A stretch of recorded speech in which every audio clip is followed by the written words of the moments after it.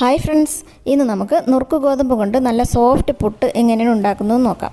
സാധാരണ നമ്മൾ ഉണ്ടാക്കുന്ന ഗോതമ്പ് പുട്ടിനേക്കാളും നല്ല ടേസ്റ്റും സോഫ്റ്റുമാണ് ഈ പുട്ടിന്. ഗോതമ്പ് പുട്ട് ഇഷ്ടമില്ലാത്തവരാണെങ്കിൽ പോലും നുറുക്ക് ഗോതമ്പ് കൊണ്ട് പുട്ടുണ്ടാക്കി കൊടുക്കുകയാണെങ്കിൽ നന്നായിട്ട് ഇഷ്ടപ്പെടും. നുറുക്ക് ഗോതമ്പ് പുട്ടുണ്ടാക്കാനായിട്ട് ഞാനിവിടെ 2 കപ്പ് നുറുക്ക് ഗോതമ്പ് നന്നായിട്ടൊന്ന് കഴുകിയ ശേഷം അരിപ്പയിലിട്ടിട്ട് വെള്ളം മാറ്റിയെടുത്ത് വെച്ചിട്ടുണ്ട്. ഇനി ഇതൊന്ന് വറുത്തെടുക്കാനായിട്ട് ഒരു ചീനച്ചട്ടിയിലേക്ക് ഇട്ട് കൊടുക്കാം. നല്ല കട്ടിയുള്ളൊരു ചട്ടി വേണം എടുക്കാൻ. ഗോതമ്പ് കഴുകുമ്പോൾ പെട്ടെന്ന് കഴുകിയെടുക്കണം. വെള്ളത്തിലിട്ട് ഉടനെ തന്നെ കഴുകിയെടുക്കണം. ഒട്ടും തന്നെ കുതിർന്നു പോകരുത്. നമ്മൾ റേഷൻ കടയിൽ നിന്നൊക്കെ കിട്ടുന്ന നുറുക്ക് ഗോതമ്പാണെങ്കിൽ തീർച്ചയായിട്ടും കഴുകി മാത്രമേ വറുക്കാവൂ. അതിൽ നിറയെ അഴുക്കുണ്ടാകും. അതുകൊണ്ട് കഴുകി മാത്രം വറുക്കണം. ഒരു 6-7 മിനിറ്റ് ഒന്ന് വറുക്കുമ്പോൾ നന്നായിട്ട് ഇതൊന്ന് ഡ്രൈ ആയിട്ട് വരും.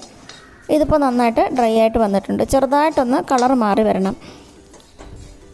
ഇനി ഇതൊരു പാത്രത്തിലേക്ക് മാറ്റാം.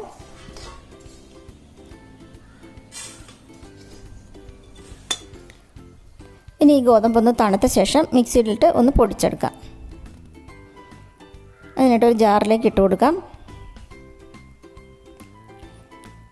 ഗോതമ്പ് ഇപ്പോൾ പൊടിച്ച് വെച്ചിട്ടുണ്ട്.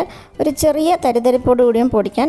പുട്ടിനായതുകൊണ്ട് തന്നെ ചെറുതായിട്ട് ഒരു തരിതരിപ്പ് വേണം. ഒരുപാടങ്ങ് പൊടിഞ്ഞു പോകരുത്. ഇനി ഇതിലേക്ക് ആവശ്യത്തിനുള്ള ഉപ്പ് ചേർക്കാം.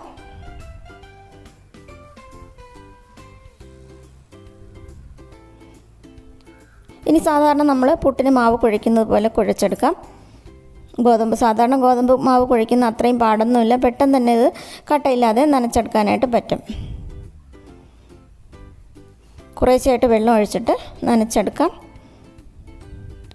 പെട്ടെന്ന് ഇത് നനച്ചെടുക്കാനായിട്ട് കുറച്ച് കൂടുതൽ വെള്ളം ഒഴിച്ച ശേഷം മിക്സിയിലിട്ട് ഒന്ന് അടിച്ചെടുത്താൽ മതി. സാധാരണ ഗോതമ്പാണെങ്കിൽ ഞാൻ അതുപോലെയാണ് പുട്ടിന് മാവ് നനയ്ക്കുന്നത്. മിക്സിയിൽ ജാറിലിട്ടിട്ട് ഒരു പ്രാവശ്യം ഒന്ന് കറക്കിയെടുക്കണം. ഒരുപാട് സമയം കറക്കരുത്. ഒറ്റ പ്രാവശ്യം കറക്കിയെടുക്കണം. അപ്പോൾ നല്ല ഒട്ടും കട്ടയില്ലാതെ പുട്ടിനുള്ള മാവ് നനച്ച് കിട്ടും. ബാക്കിയുള്ള മാവും കൊണ്ട് അതുപോലെ ഒന്ന് കറക്കിയെടുക്കാം. പെട്ടെന്ന് പുട്ടുണ്ടാക്കാനായിട്ട് ഇതാണ് വഴി. കട്ടയില്ലാതെ മാവ് നനച്ചെടുക്കാനായിട്ട് പറ്റും. ഇതിപ്പോൾ ഒട്ടും കട്ടയില്ലാതെ മാവ് നനച്ചെടുത്തിട്ടുണ്ട്. ഇനി സാധാരണ പോലെ നമ്മൾ കുറ്റിയിലേക്ക് തേങ്ങ ഇട്ടിട്ട് മാവ് നിറയ്ക്കാം.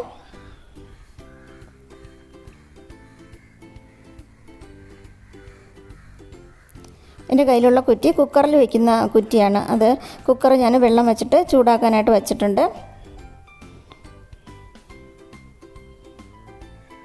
ഞാൻ ഈ ചിരട്ട പുട്ടുമായിട്ടും ഇത് ഉണ്ടാക്കുന്നുണ്ട്.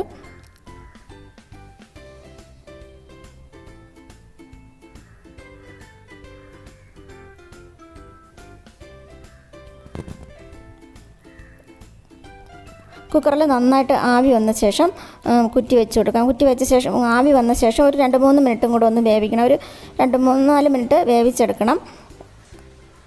നന്നായിട്ട് ആവി വന്ന ശേഷം നീക്കാം.